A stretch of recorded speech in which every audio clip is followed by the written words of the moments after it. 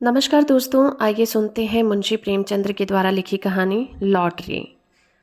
जल्दी से मालदार हो जाने की हवस किसे नहीं होती।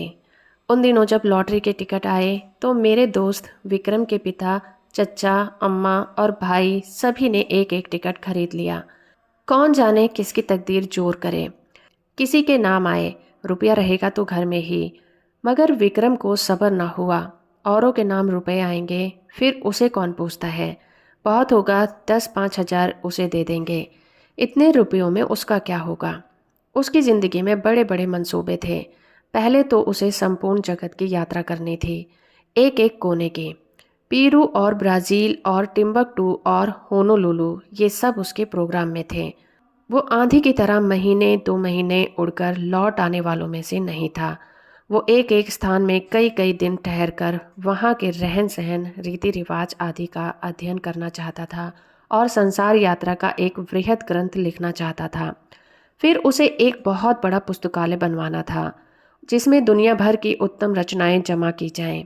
पुस्तकालय के लिए वो 2 लाख रुपए तक खर्च करने को तैयार था। बंगला, कार और फर्नीचर तो मामूली सी बातें थी। पिता या चचा के नाम रुपए आए तो 5 हजार से ज़्यादा का डॉल नहीं। अम्मा के नाम आए तो 20 हजार मिल जाएंगे। लेकिन भाई के नाम आ गए तो उसके हाथ धेला भी नहीं लगेगा। वो आत्माभिमानी था। घर वालों से खैरात या पुरस्कार के रूप में कुछ लेने की बात उसे अपमान सी लगती थी। कहा करता था, भाई किसी के सामने हाथ फैलाने से तो किसी गड्ढे में डूब मरना ही अच्छा है। जब आदमी अपने लिए संसार में कोई स्थान ना निकाल सके तो यहाँ से प्रस्थान कर जाए। वो बहुत बेकरार था। घर में लॉटरी टिकट के लिए उसे कौन रुपए देगा, और वो मांगेगा भी तो कैसे। उसने बहुत सोच विचार कर कहा, क्यों ना हम तुम साझे में एक टिकट ले लें। तजवीज मुझे भी पसंद आ गई। मैं उन दिनों स्कूल मास्टर था। 20 रुपए मिलते थे। उसमें बड़ी मुश्किल से गुजर हो जाया करता था। 10 रुपए के टिकट खरीदना मेरे लिए बेहद हाथ ही खरीदना था। हाँ, एक महीना दूध, घी, जलपान और ऊपर के सारे खर्च तोड़कर 5 रुपए की गुंजाइश निकल सकती थी। फिर भी जी डरता रहता था, कहीं से कोई भलाई रकम मिल जाए तो बहुत हिम्मत बढ़ जाए। विक्रम ने कहा, कहो तो मैं अपनी अंगूठी बेच डालूं। कह दूंगा उंगली से फिसल पड़ी। अंगूठी 10 रुपए से कम की ना थी। उसमें पूरा टिकट आ सकता था। अगर कुछ खर्च किए बिना ही टिकट में आधा साझा हुआ जाता है तो बुरा क्या है। सहसा विक्रम फिर बोला, लेकिन भाई तुम्हें नकद देने पड़ेंगे। मैं 5 रुपए नकद लिए बगैर साझा न करूँगा। अब मुझे औचित्य का ध्यान आ गया। बोला, नहीं दोस्त, यह बुरी बात है। चोरी खुल जाएगी तो शर्मिंदा होना पड़ेगा और तुम्हारे साथ मुझ पर भी डांट पड़ेगी। आखिर यह तय हुआ कि पुरानी किताबें किसी सेकंड हैंड किताबों की दुकान पर बेच डाली जाएं और उस रुपए से टिकट ले लिया जाए। किताबों से ज़्यादा बेज़रूरत हमारे पास और कोई चीज़ नहीं थी। हम दोनों साथ ही मैट्रिक पास हुए थे और यह देखकर कि जिन्होंने डिग्रियां ली, अपनी आंखें फोड़ी और घर में रुपए बर्बाद किए, वो भी जूतियां चटका रहे थे। हमने वही हाल्ट कर दिया। मैं स्कूल मास्टर हो गया और विक्रम मटर गश्ती करने लग गया। हमारी पुरानी पुस्तकें अब दीमकों के सिवा किसी के काम नहीं आती थीं। हमसे जितना चाटते बना चाट लिया, उनका सत निकाल लिया। अब चूहे चाटें या फिर दीमक, हमें परवाह नहीं थी। आज हम दोनों ने उन्हें कूड़े खाने से निकाला और झाड़ पोंछ कर एक बड़ा सा गट्ठर बना लिया। मास्टर था, किसी बुक सेलर की दुकान पर किताब बेचते हुए झेपता था। मुझे सभी पहचानते थे, इसीलिए वह खिदमत विक्रम को सुपुर्द हुई और वो आधा घंटे में 10 रुपए का एक नोट लिए उछलता कूदता आ पहुंचा। मैंने उसे इतना प्रसन्न कभी नहीं देखा था। किताबें 40 रुपए से कम की नहीं थी, पर वह 10 रुपए उस वक्त हमें जैसे पड़े हुए मिले थे। अब टिकट में आधा साझा होगा। 10 लाख की रकम मिलेगी। 5 लाख मेरे हिस्से के आएंगे और 5 तुम्हारे। हम अपने इसी में मगन थे। मैंने संतोष का भाव दिखाकर कहा, 5 लाख भी कुछ कम नहीं होते जी। विक्रम इतना संतोषी ना था। बोला, 5 लाख क्या, हमारे लिए तो इस वक्त 500 रुपये भी बहुत हैं भाई। मगर जिंदगी का प्रोग्राम तो बदलना पड़ गया। मेरी यात्रा वाली स्कीम तो टल नहीं सकती। हाँ, पुस्तकालय गायब हो गया। मैंने आपत्ति की, आखिर यात्रा में तुम 2 लाख से ज़्यादा तो ना खर्च करोगे। जी नहीं, उसका बजट है 3.5 लाख का। 7 वर्ष का प्रोग्राम है। 5 हजार रुपये साल ही तो हुए। 4 हजार महीना कहो। मैं समझता हूँ 2 हजार में तुम बड़े आराम से रह सकते हो। विक्रम ने गर्म होकर कहा, मैं शान से रहना चाहता हूँ, भिखारियों की तरह नहीं। 2000 में मैं भी शान से रह सकता हूँ। जब तक आप अपने हिस्से में 2 लाख मुझे ना दे देंगे, पुस्तकालय नहीं बन सकेगा। कोई ज़रूरत नहीं कि तुम्हारा पुस्तकालय शहर में बेजोड़ हो, मैं तो बेजोड़ ही बनवाऊंगा। इसका तुम्हें अख्तियार है, लेकिन मेरे रुपए में से तुम्हें कुछ नहीं मिलेगा। मेरी ज़रूरतें देखो, तुम्हारे घर में काफ़ी जायदाद है, तुम्हारे सिर कोई बोझ भी नहीं है। मेरे सिर तो सारी गृहस्थी का बोझ है। 2 बहनों का विवाह है, 2 भाइयों की शिक्षा है, नया मकान बनवाना है। मैंने तो निश्चय कर लिया है कि सब रुपए सीधे बैंक में जमा कर दूंगा, उनके सूद से काम चलाऊंगा। कुछ ऐसी शर्तें लगा दूंगा कि मेरे बाद भी कोई इस रकम को हाथ न लगा सके। विक्रम ने सहानुभूति के भाव से कहा, हाँ, ऐसी दशा में तुमसे कुछ मांगना अन्याय है। खैर, मैं ही तकलीफ उठा लूंगा, लेकिन बैंक के सूद की दर तो बहुत गिर गई है। हमने कई बैंकों में सूद की दर देखी, अस्थायी कोष की भी, सेविंग बैंक की भी। बेशक दर बहुत कम थी, 2-2.5 रुपये सैकड़े ब्याज का जमा करना व्यर्थ है। क्यों ना लेन देन का कारोबार शुरू कर दिया जाए। विक्रम भी अभी यात्रा पर ना जाएगा। दोनों के साझे में कोठी चलेगी। जब कुछ धन जमा हो जाएगा तब वह यात्रा करेगा। लेन देन में सूद भी अच्छा मिलेगा और अपना रोब दाब भी रहेगा। हाँ, जब तक अच्छी जमानत ना हो किसी को रुपया नहीं देना चाहिए, चाहे आसामी कितनी भी मातबार क्यों ना हो। और जमानत पर रुपए दे ही क्यों, जायदाद रहन लिखाकर रुपए देंगे, फिर तो कोई खटका नहीं रहेगा। यह मंजिल भी तय हुई। अब यह प्रश्न उठा कि टिकट पर किसका नाम रहे। विक्रम ने अपना नाम रखने के लिए बड़ा आग्रह किया। अगर उसका नाम ना रहा तो टिकट ही न लेगा। मैंने कोई उपाय ना देकर मंजूर कर लिया और बिना किसी लिखा पढ़ी के, जिससे आगे चलकर मुझे बड़ी परेशानी हुई, एक एक करके इंतज़ार के दिन काटने पड़े। भोर होते ही हमारी आंखें कैलेंडर पर जाती। मेरा मकान विक्रम के मकान से मिला हुआ था। स्कूल जाने से पहले और स्कूल से आने के बाद हम दोनों साथ बैठकर अपने अपने मंसूबे बांधा करते थे और इस तरह सांझ हो जाया करती थी। हम अपने टिकट खरीदने का रहस्य छुपाए रखना चाहते थे।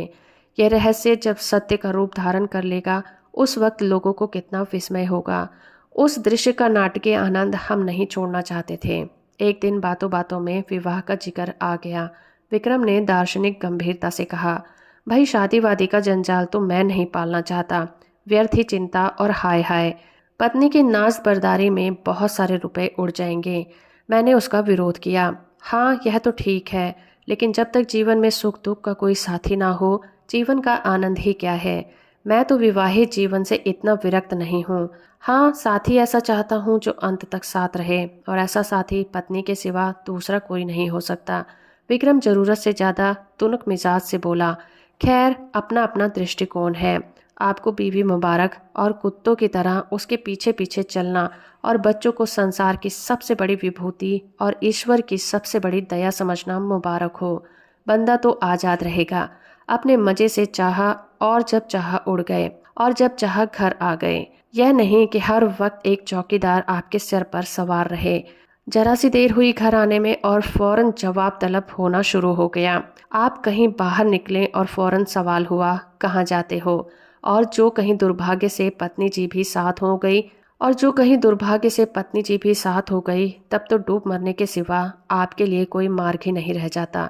ना भैया, मुझे आपसे जरा भी सहानुभूति नहीं है।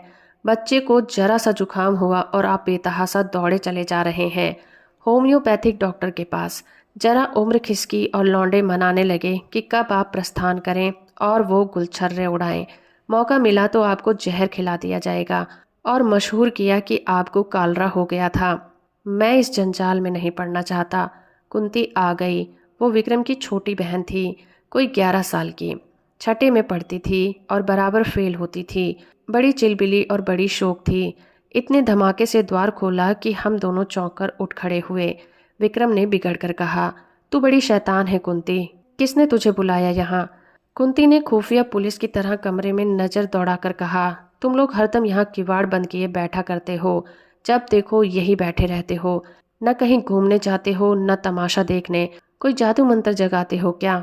विक्रम ने उसकी गर्दन पकड़कर हिलाते हुए कहा, हाँ, एक मंत्र जगा रहे हैं, जिससे तुझे ऐसा चूहा मिले जो रोज गिनकर 5000 हंटर जमाए सड़ासड़। कुंती उसकी पीठ पर बैठकर बोली, मैं ऐसे दूल्हे से ब्याह करूंगी जो मेरे सामने खड़ा पूंछ हिलाता रहेगा। मैं मिठाई के दोने फेंक दूंगी और वो चाटेगा। जरा भी ची चपड़ करेगा तो उसके कान गर्म कर दूंगी। अम्मा को लॉटरी के रुपए मिलेंगे तो 50,000 मुझे दे दें, बस चैन करूंगी। मैं दोनों वक्त ठाकुर जी से अम्मा के लिए प्रार्थना करती हूँ। अम्मा कहती है कुंवारी लड़कियों की दुआ कभी निष्फल नहीं होती। मेरा मन तो कहता है अम्मा को जरूर रुपए मिलेंगे। मुझे याद आया, एक बार मैं अपने ननिहाल देहात में गया था तो सूखा पड़ा हुआ था। भादों का महीना आ गया था मगर पानी की बूंद नहीं थी। सब लोगों ने चंदा करके गांव की सब कुंवारी लड़कियों को दावत दी और उसके तीसरे ही दिन मूसलाधार वर्षा होने लगी। अवश्य ही कुंवारियों की दुआ में असर होता है। मैंने विक्रम को अर्थपूर्ण आंखों से देखा। विक्रम ने मुझे। आंखों ही आंखों में हमने सलाह कर ली और निश्चय भी कर लिया। विक्रम ने कुंती से कहा, अच्छा तुझसे एक बात कहें, किसी से कहेगी तो नहीं? नहीं, तू तो बड़ी अच्छी लड़की है, किसी से न कहेगी। मैं अब की तुझे खूब पढ़ाऊंगा और पास करा दूंगा। बात यह है कि हम दोनों ने भी लॉटरी का टिकट लिया है। हम लोगों के लिए भी ईश्वर से प्रार्थना किया कर। अगर हमें रुपए मिले तो तेरे लिए अच्छे अच्छे गहने बनवा देंगे। सच? कुंती को विश्वास न आया। हमने कस्में खाईं। वो नखरे करने लगी। जब हमने उसे सिर से पांव तक सोने और हीरे से मढ़ देने की प्रतिज्ञा ली तब वो हमारे लिए दुआ करने पर राजी हो गई। लेकिन उसके पेट में मनो मिठाई पच सकती थी। वो जरा सी बात न पची, सीधे अंदर भागी और एक क्षण में सारे घर में ये खबर फैला दी। अब जिसे देखिए विक्रम को डांट रहा है। अम्मा भी, चचा भी, पिता भी केवल विक्रम की शुभकामना से या और किसी भाव से, कौन जाने बैठे बैठे तुम्हें इतनी हिमाकत कहाँ से सूझती है। रुपए लेकर पानी में फेंक दिए। घर में इतने आदमियों ने तो टिकट लिया ही था, तुम्हें लेने की क्या जरूरत थी? क्या तुम्हें उनमें से कुछ ना मिलता? और तुम भी मास्टर साहब बिल्कुल घोंघा हो। लड़के को अच्छी बातें क्या सिखाओगे? उसे तो और चौपट किए डालते हो। विक्रम तो लाडला बेटा था, उसे और क्या कहते। कहीं रूठकर 1-2 जून खाना न खाए तो आफत ही आ जाए। मुझ पर सारा गुस्सा उतरा। उसकी सोहबत में लड़का बिगड़ा जाता है, पर उपदेश कुशल बहुतेरे वाली कहावत मेरी आंखों के सामने थी। मुझे अपने बचपन की एक घटना याद आई। होली का दिन था, शराब की एक बोतल मंगवाई थी और मेरे मामू साहब उन दिनों आए हुए थे। मैंने चुपके से कोठरी में जाकर गिलास में एक घूंट शराब डाली और पी गया। अभी गला जल ही रहा था कि आंखें लाल हो गईं कि मामू साहब कोठरी में आ गए और मुझे मानो सेंधा से गिरफ्तार कर लिया और इतने बिगड़े कि मेरा कलेजा सूखकर चुहारा हो गया। अम्मा ने भी डांटा, पिताजी ने भी डांटा। मुझे आंसुओं से उनकी क्रोधाग्नि शांत करनी पड़ी। और दोपहर ही को मामू साहब नशे में पागल होकर गाने लगे। फिर रोए, फिर अम्मा को गालियां दी। दादा के मना करने पर भी मारने दौड़े और आखिर में क्या करके जमीन पर बेसुध पड़े नजर आए। विक्रम के पिता बड़े ठाकुर साहब और ताऊ छोटे ठाकुर साहब दोनों जड़वादी थे, पूजा पाठ की हंसी उड़ाने वाले, पूरे नास्तिक। मगर अब दोनों बड़े निष्ठावान और ईश्वर भक्त हो गए थे। बड़े ठाकुर साहब प्रातःकाल गंगा स्नान करने जाते और मंदिरों के चक्कर लगाते हुए दोपहर को सारी देह में चंदन लपेटे घर लौटते थे। छोटे ठाकुर साहब घर पर ही गर्म पानी से स्नान करते और गठिया से ग्रस्त होने पर भी राम नाम लिखना शुरू कर देते। धूप निकल आने पर पार्क की ओर निकल जाते और चींटियों को आटा खिलाते। शाम होते ही दोनों भाई अपने ठाकुर द्वारे से जा बैठते और आधी रात तक भगवान की कथा तन्मय होकर सुनाते थे। विक्रम के बड़े भाई प्रकाश को साधु महात्माओं पर अधिक विश्वास था। वे मठों और साधुओं के अखाड़ों पर कुटियों की खाक छानते और माता जी को भी भोर से आधी रात तक स्नान, पूजा और व्रत के सिवा दूसरा काम नहीं आता था। इस उम्र में भी उन्हें श्रृंगार का शौक था। वो आजकल पूरी तपस्विनी बनी हुई थीं। लोग नाहक लालसा को बुरा कहते हैं। मैं तो समझता हूँ हम में जो ये भक्ति, निष्ठा और धर्म प्रेम है वो केवल हमारी लालसा, हमारी हवस के कारण ही है। हमारा धर्म हमारे स्वार्थ के बल पर टिका हुआ है। हवस मनुष्य के मन में बुद्धि का इतना संस्कार कर सकती है, क्या मेरे लिए बिल्कुल नया अनुभव था। हम दोनों ही ज्योतिषियों और पंडितों के प्रश्न करके अपने को कभी दुखी कर लिया करते थे। जो जो लॉटरी का दिवस समीप आता जाता था, हमारे चित्त की शांति उड़ती जाती थी। हमेशा उसी ओर मन टंगा रहता था।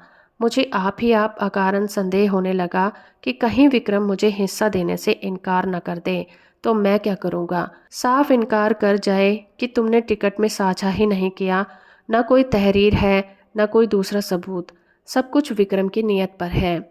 उसकी नीयत जरा भी डावाडोल हुई कि काम तमाम। कहीं फरियाद नहीं कर सकता, मुंह तक नहीं खोल सकता। अब अगर कुछ कहूँ तो भी उसका कोई लाभ नहीं है। अगर उसकी नीयत में फितूर आ गया है तब तो वह अभी से इनकार कर देगा। अगर नहीं आया है तो वो इस संदेह से उसे मर्मात्मक वेदना होगी। आदमी ऐसा तो नहीं है। मगर भाई, दौलत पाकर इमानत सलामत रखना बहुत कठिन है। अभी तो रुपए नहीं मिले हैं। इस वक्त ईमानदार बनने में क्या खर्च होता है। परीक्षा का समय तो तब आएगा जब 10 लाख रुपए हाथ में होंगे। मैंने अपने अंतःकरण को टटोला। अगर टिकट मेरे नाम का होता और मुझे 10 लाख मिल जाते तो क्या मैं आधे रुपए बिना कान पूछ हिलाए विक्रम के हवाले कर देता? कौन कह सकता है। मगर अधिक संभव यही था कि मैं हीले हवाले करता। कहता, तुमने मुझे 5 रुपए उधार दिए थे, उसके 10 ले लो, 100 ले लो, और क्या करोगे। मगर नहीं, मुझसे इतनी बदनीयती न होती। दूसरे दिन हम दोनों अखबार देख रहे थे कि सहसा विक्रम ने कहा, कहीं हमारा टिकट निकल आए तो मुझे अफसोस होगा कि नाहक तुमसे साझा किया। यह सरल भाव से मुस्कुराया, मगर यह थी उसके आत्मा की झलक जिसे वो विनोद की आड़ में छिपाना चाहता था। मैंने चौंक कर कहा, सच? लेकिन इसी तरह मुझे भी अफसोस हो सकता है। लेकिन टिकट तो मेरे नाम का है, इससे क्या। अच्छा, मान लो मैं तुम्हारे साझे से इनकार कर जाऊं तो। मेरा खून सर्द हो गया, आंखों के सामने अंधेरा छा गया। मैं तुम्हें इतना बदनीयत नहीं समझता था, मगर है बहुत संभव। 5 लाख सोचो, दिमाग चकरा जाता है। तो भाई अभी से कुशल है, लिखा पढ़ी कर लो, ये संशय रहे ही क्यों। विक्रम ने हंसकर कहा, तुम बड़े शक्की हो यार। मैं तुम्हारी परीक्षा ले रहा था। भला ऐसा कहीं हो सकता है? 5 लाख क्या, 5 करोड़ भी हों तब भी ईश्वर चाहेगा तो नियत में खलल आने नहीं दूंगा। किंतु मुझे उसके इस आश्वासन पर बिल्कुल भी विश्वास नहीं आया। मन में एक संशय बैठ गया।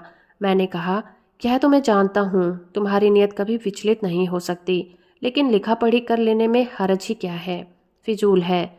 फिजूल ही सही तो पक्के कागज पर लिखना पड़ेगा। 10 लाख की कोर्ट फीस ही 7,500 हो जाएगी। किस भ्रम में हैं आप।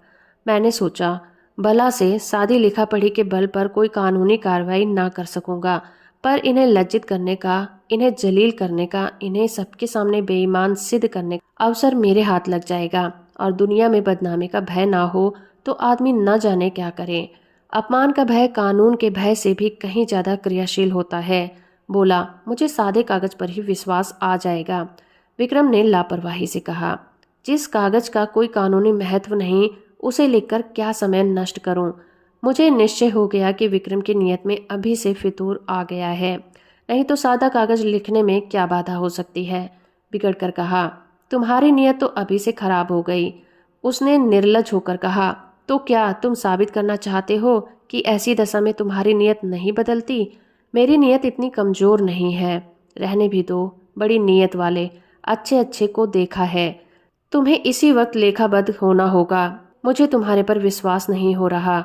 अगर तुम्हें मेरे पर विश्वास नहीं है तो मैं भी नहीं लिखता। तो क्या तुम समझते हो तुम मेरे रुपए हजम कर जाओगे? किसके रुपए और कैसे रुपए? मैं कह देता हूँ विक्रम, हमारी दोस्ती का ही अंत न हो जाएगा, बल्कि इससे कहीं भयंकर परिणाम होगा। हिंसा की एक ज्वाला सी मेरे अंदर दहक उठी। सहसा दीवान खाने में झड़प की आवाज़ सुनकर मेरा ध्यान उधर चला गया, जहाँ दोनों ठाकुर बैठा करते थे। उसमें ऐसी मैत्री थी जो आदर्श भाइयों में हुआ करती है। राम और लक्ष्मण में भी इतनी ही रही होगी। झड़प की तो बात ही क्या, मैंने दोनों के बीच कोई विवाद होते सुना था। बड़े ठाकुर जो कह दें वो छोटे ठाकुर के लिए कानून था, और छोटे ठाकुर की इच्छा देखकर ही बड़े ठाकुर कोई बात कहा करते थे। हम दोनों को आश्चर्य हुआ। दीवान खाने के द्वार पर जाकर खड़े हो गए। दोनों भाई अपनी अपनी कुर्सियों से उठकर खड़े हो गए। एक एक कदम आगे भी बढ़ाए थे। आंखें लाल, मुख विकृत, त्योरियां चढ़ी हुई, मुट्ठियां बंधी हुई। मालूम होता था बस हाथापाई हुई ही चाहती है। छोटे ठाकुर ने हमें देखकर पीछे हटते हुए कहा, सम्मिलित परिवार में जो कुछ भी और कहीं से भी और किसी के भी नाम भी आएगा वह सबका है और बराबर का है। बड़े ठाकुर ने विक्रम को देखकर एक कदम और आगे बढ़ाया। हरगिज नहीं, अगर मैं कोई जुर्म करूं और मैं पकड़ा जाऊंगा, सम्मिलित परिवार नहीं, मुझे सजा मिलेगी, सम्मिलित परिवार को नहीं। ये वैयक्तिक प्रश्न है, इसका फैसला अदालत से होगा। शौक से अदालत जाइए। अगर मेरे लड़के, मेरी बीवी और मेरे नाम लॉटरी निकली तो मैं आपका उससे कोई संबंध नहीं होने दूंगा। उसी तरह जैसे आपके नाम लॉटरी निकले तो मुझसे, मेरी बीवी से या मेरे लड़के से उसका कोई संबंध नहीं होगा। अगर मैं जानता कि आपकी ऐसी नीयत है तो मैं भी बीवी बच्चों के नाम टिकट ले सकता था। ये आपकी गलती है, इसीलिए कि मुझे विश्वास था आप भाई हैं। ये जुआ है, आपको समझ लेना चाहिए था। जुए की हार जीत का खानदान पर कोई असर नहीं पड़ सकता। अगर आप कल को 10-5 हजार रुपये रेस में हार जाएं तो खानदान उसका जिम्मेदार नहीं होगा, मगर भाई का हक दबाकर आप सुखी नहीं रह सकते। आप ना ब्रह्मा है और ना ईश्वर और ना कोई महात्मा। विक्रम की माता ने सुना कि दोनों भाइयों में ठनी हुई है और मल्ल युद्ध हुआ चाहता है तो दौड़ी हुई बाहर आई और दोनों को समझाने लगी। छोटे ठाकुर ने बिगड़ कर कहा, आप मुझे क्या समझाती हैं, उन्हें समझाइए जो 4-4 टिकट लिए बैठे हैं। मेरे पास क्या है, एक टिकट, उसका क्या भरोसा। मेरी अपेक्षा जिन्हें रुपए मिलने का चौगुना चांस है, उनकी नीयत बिगड़ जाए तो लज्जा और दुख की बात है। ठकुराइन ने देवर को दिलासा देते हुए कहा, अच्छा मेरे रुपए में से आधे तुम्हारे, अब तो खुश हो। बड़े ठाकुर ने बीवी की जबान पकड़ी, क्यों आधे ले लेंगे, मैं एक थैला भी नहीं दूंगा। हम मुरोवत और सहृदय से काम लें, फिर भी उन्हें 5वें हिस्से से ज़्यादा किसी तरह न मिलेगा। आधे का दावा किस नियम से कर सकता है, न बौद्धिक, न धार्मिक, न नैतिक। छोटे ठाकुर ने खिसियाकर कहा, सारी दुनिया का कानून आप ही जानते हैं, जानते ही हैं। 30 साल तक वकालत नहीं की, यह वकालत निकल जाएगी जब सामने कलकत्ते का बैरिस्टर खड़ा कर दूंगा। बैरिस्टर की ऐसी की तैसी, चाहे वो कलकत्ते का हो या फिर लंदन का, मैं आधा लूंगा, उसी तरह जैसे घर की जायदाद में मेरा आधा हिस्सा है। इतने में विक्रम के बड़े भाई साहब सिर और हाथ से पट्टी बांधे लड़खड़ाते हुए, कपड़ों पर ताजा खून के दाग लगाए, प्रश्न मुख आकर एक आराम कुर्सी पर गिर पड़े। बड़े ठाकुर ने घबराकर पूछा, ये तुम्हारी क्या हालत है जी, ये चोट कैसे लगी, किसी से मारपीट तो नहीं हो गई। प्रकाश ने कुर्सी पर लेटकर एक बार कराहा, फिर मुस्कुराकर बोले, जी कोई बात नहीं, ऐसी कोई बहुत बड़ी चोट नहीं लगी है। कैसे कहते हो कि चोट नहीं लगी, सारा हाथ और सिर सूज गया है, कपड़ों से खून बह रहा है। यह मुआवला क्या है, कोई मोटर दुर्घटना हो गई है क्या। वह मामूली चोट है साहब, 2-4 दिन में अच्छी भी हो जाएगी, घबराने की कोई बात नहीं है। प्रकाश के मुख पर आशापूर्ण शांत मुस्कान थी। क्रोध, लज्जा या प्रतिशोध की भावना का नाम भी नहीं था। बड़े ठाकुर ने और व्यंग से पूछा, लेकिन हुआ क्या है, यह तो बतलाओ। किसी से मारपीट हुई है क्या, तो थाने में रपट करवा दूं। प्रकाश ने हल्के मन से कहा, मारपीट किसी से नहीं हुई साहब, बात यह है कि मैं जरा झक्कड़ बाबा के पास चला गया था। आप तो जानते हैं वो आदमियों की सूरत से भागते हैं और पत्थर लेकर मारने दौड़ते हैं। जो डरकर भागा वो गया, जो पत्थर की चोटें खाकर भी उनके पीछे लगा रहा वो पारस हो गया। वो यही परीक्षा लेते हैं। आज मैं वहां पहुंचा तो कोई 50 आदमी जमा थे, कोई मिठाई लिए, कोई बहुमूल्य भेंट लिए, कोई कपड़ों के थान लिए। छक्कड़ बाबा ध्यानावस्था में बैठे हुए थे। एकाएक उन्होंने आंखें खोली और यह जन समूह देखा तो कई पत्थर चुनकर उनके पीछे दौड़े। फिर क्या था, भगदड़ मच गई, लोग गिरते पड़ते भागे, हुर्र हो गए, एक भी न टिका। अकेला मैं घंटे घर की तरह वहीं डटा रहा। बस उन्होंने पत्थर चला ही तो दिया, पहला निशाना सिर में लगा। उनका निशाना अचूक पड़ता है, खोपड़ी भन्ना गई, खून की धारा बह चली, लेकिन मैं हिला नहीं। फिर बाबूजी ने दूसरा पत्थर फेंका, वो हाथ में लगा, मैं गिर पड़ा और बेहोश हो गया। जब होश में आया तो सन्नाटा था, बाबा जी भी गायब हो गए थे। अंतर ध्यान हो जाया करते हैं, कैसे पुकारूं, किससे सवारी लाने को कहूं। मारे दर्द के हाथ फटा पड़ता था और सिर से अभी खून जारी था। किसी तरह उठा और सीधा डॉक्टर के पास गया। उन्होंने देखकर कहा, हड्डी टूट गई है और पट्टी बांध दी, गर्म पानी से सेकने को कहा है। मगर चोट लगी तो लगी, अब लॉटरी मेरे नाम आई धरी है, ये निश्चय है। ऐसा कभी नहीं हुआ कि झक्कड़ बाबा की मार खाकर कोई नामुराद रह गया हो। मैं तो सबसे पहले बाबा की कुटी बनवा दूंगा। बड़े ठाकुर साहब के मुख पर संतोष की झलक दिखाई दी। फौरन पलंग बिछ गया। प्रकाश उस पर लेट गया। ठाकुराइन पंखा झेलने लगी। उनका भी मुख प्रसन्न था। इतनी चोटें खाकर 10 लाख पा जाना कोई बुरा सौदा तो नहीं था। छोटे ठाकुर साहब के पैर में चूहे दौड़ रहे थे। जो ही बड़े ठाकुर साहब भोजन करने गए और ठाकुराइन भी प्रकाश के लिए भोजन का प्रबंध करने गई, त्यों ही छोटे ठाकुर ने प्रकाश से पूछा, क्या बहुत जोर से पत्थर मारते हैं? जोर से तो क्या मारते होंगे? प्रकाश ने उनका आशय समझकर कहा, अरे साहब, पत्थर नहीं मारते, बम गोले मारते हैं। देव सा तो डील डॉल है और बलवान इतने हैं कि एक घूसे में शेरों का काम तमाम कर देते हैं। कोई ऐसा वैसा आदमी हो तो एक ही पत्थर में टैं हो जाए। कितने ही तो मर गए हैं, मगर आज तक झक्कड़ बाबा पर मुकदमा नहीं चला और 2-4 पत्थर मारकर ही नहीं रह जाते। जब तक आप गिर न पड़ें और बेहोश न हो जाएं, वो मारते ही चले जाएंगे। मगर रहस्य यही है कि आप जितनी ज़्यादा चोटें खाएंगे उतने ही आप अपने उद्देश्य के निकट जाएंगे। प्रकाश ने ऐसा रोए खड़े कर देने वाला चित्र खींचा कि छोटे ठाकुर साहब थर्रा उठे। पत्थर खाने की हिम्मत न पड़ी। आखिर भाग्य के निपटारे का दिन आया। जुलाई की 20वीं तारीख कत्ल की रात थी। हम प्रातःकाल उठे तो जैसे एक नशा सा चढ़ा हुआ था, आशा और भय के द्वंद्व का। दोनों ठाकुरों ने घड़ी रात रहे गंगा स्नान किया था और मंदिर में बैठे पूजन कर रहे थे। आज मेरे मन में श्रद्धा जागी। मंदिर में जाकर मन ही मन ठाकुर जी की स्तुति करने लगा। अनाथों के नाथ, तुम्हारी कृपा दृष्टि क्या हमारे ऊपर नहीं होगी? तुम्हें क्या मालूम नहीं, हमसे ज़्यादा तुम्हारी दया कौन डिजर्व करता है? विक्रम सूट बूट पहने मंदिर के द्वार पर आया। मुझे इशारे से बुलाकर इतना कहा, मैं डाक खाने जाता हूँ, और हवा हो गया। जरा देर में प्रकाश मिठाई के थाल लिए हुए घर से निकले और मंदिर के द्वार पर खड़े होकर कंगालों को बांटने लगे, जिनकी एक भीड़ जमा हो गई थी। और दोनों ठाकुर भगवान के चरणों में लौ लगाए हुए बैठे थे, सिर झुकाया, आंखें बंद की, अनुराग में डूबे हुए थे। बड़े ठाकुर ने सिर उठाकर पुजारी की ओर देखा और बोले, भगवान तो बड़े भक्त वत्सल हैं, क्यों पुजारी जी? पुजारी जी ने समर्थन किया, हाँ सरकार, भक्तों की रक्षा के लिए तो भगवान क्षीर सागर से दौड़े और गज को ग्राह के मुंह से बचाया। एक क्षण के बाद छोटे ठाकुर साहब ने सिर उठाया और पुजारी जी से बोले, क्यों पुजारी जी, भगवान तो सर्वशक्तिमान है, अंतर्यामी, सबके दिल का हाल जानते हैं। पुजारी ने समर्थन किया, हाँ सरकार, अंतर्यामी ना होते तो सबके मन की बात को कैसे जान जाते? सबरी का प्रेम देखकर स्वयं उनकी मनोकामना पूरी हो गई। पूजन समाप्त हुआ। आरती हुई। दोनों भाइयों ने आज ऊंचे स्वर से आरती गाई और बड़े ठाकुर ने 2 रुपए थाल में डाले, छोटे ठाकुर ने 4 रुपए डाले। बड़े ठाकुर ने एक बार कोप दृष्टि से देखा और मुंह फेर लिया। सहसा बड़े ठाकुर ने पुजारी से पूछा, तुम्हारा मन क्या कहता है पुजारी जी? पुजारी जी बोला, सरकार की फतेह है। छोटे ठाकुर ने पूछा, और मेरी? पुजारी ने उसी मुस्तैदी से कहा, आपकी भी फतेह है।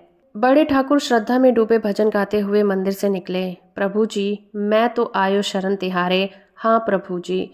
1 मिनट में छोटे ठाकुर साहब भी मंदिर से गाते हुए निकले।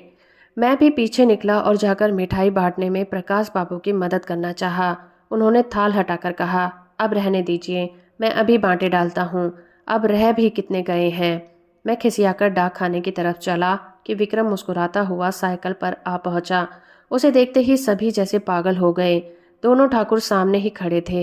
दोनों बाज की तरह झपटे।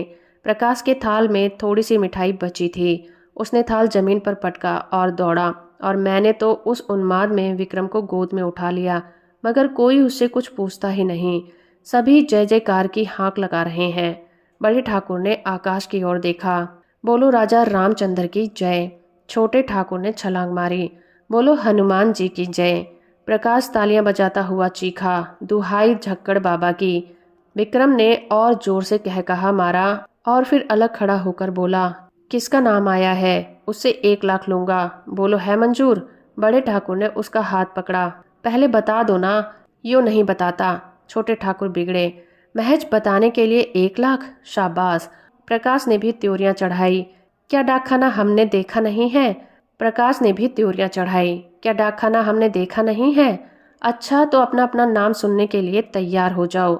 सभी लोग फौजी अटेंशन की दशा में निश्चल खड़े हो गए। होश आवाज ठीक रखना। सभी पूर्ण सचेत हो गए। अच्छा तो सुनिए कान खोलकर, इस शहर का सफाया है। इस शहर का ही नहीं, संपूर्ण भारत का सफाया है। अमेरिका के एक हब्सी का नाम आ गया है। बड़े ठाकुर साहब झल्लाए। झूठ झूठ बिल्कुल झूठ।